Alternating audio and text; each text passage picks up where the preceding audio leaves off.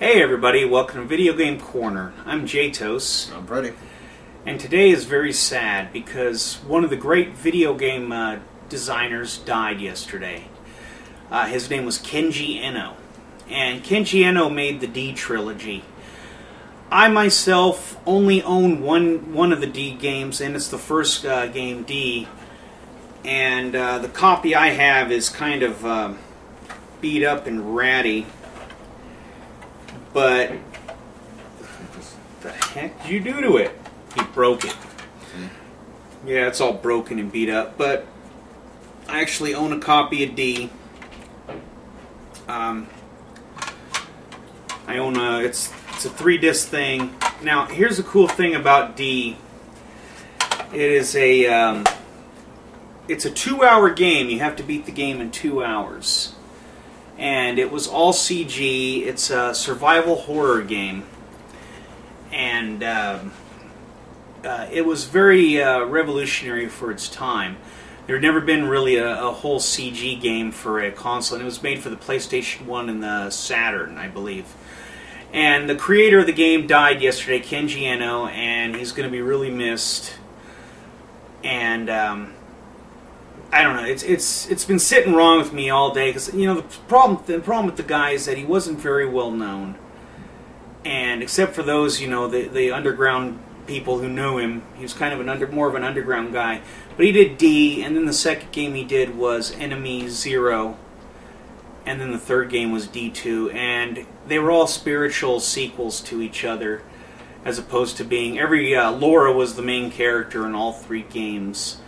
And but it was always Laura, like in there. She always had a different last name, but every game there's this like a certain familiarity with the characters.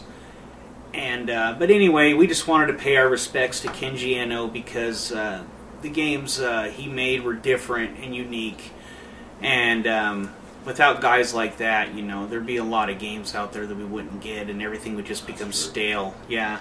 Everything would just become stale and just blah. Blah, exactly. So it takes guys like that to experiment and actually have the balls to do stuff. One of the really cool things that Kenji Eno did, he was pissed off when he made the second game, Enemy Zero. He was very pissed off at Sony for making the PlayStation version of D. What he needed them to order was way less than what they actually did order. So when he announced Enemy Zero at a convention, at a panel, he had the PlayStation logo over for the second game, and then in the middle of it, it morphed into a Sega logo. And he kind of told Sony to kiss his butt.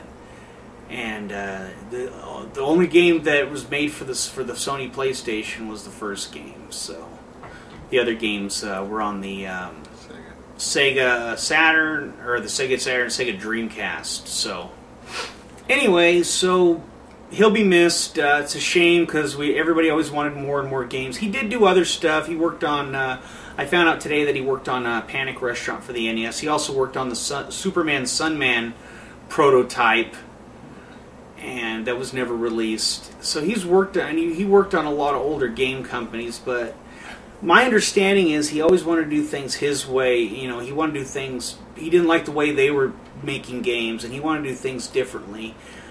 And so he created a company called Warp, and he ended up making games his way. And he didn't make too many games, but the games he did make left an impression. So anyway, sometimes these things happen, and it's a shame. So we just have to, but we do have the games that he left behind, and I myself am going to have made it a point now. I'm not even a big first-person shooter fan, but his second game is a first-person shooter game, but I will at least try to play through it. So just out of respect for the guy, because he did do I liked D, it was really good. So anyway, guys, I guess that's it. So I'll post the links to the article and whatever else I can find for on his death, because I guess he died of heart failure. He's at 42 years old. So Anyway, guys, this is Video Game Corner. I'm J-Tos. On Friday. Rest in peace, Kenji Eno. Thanks.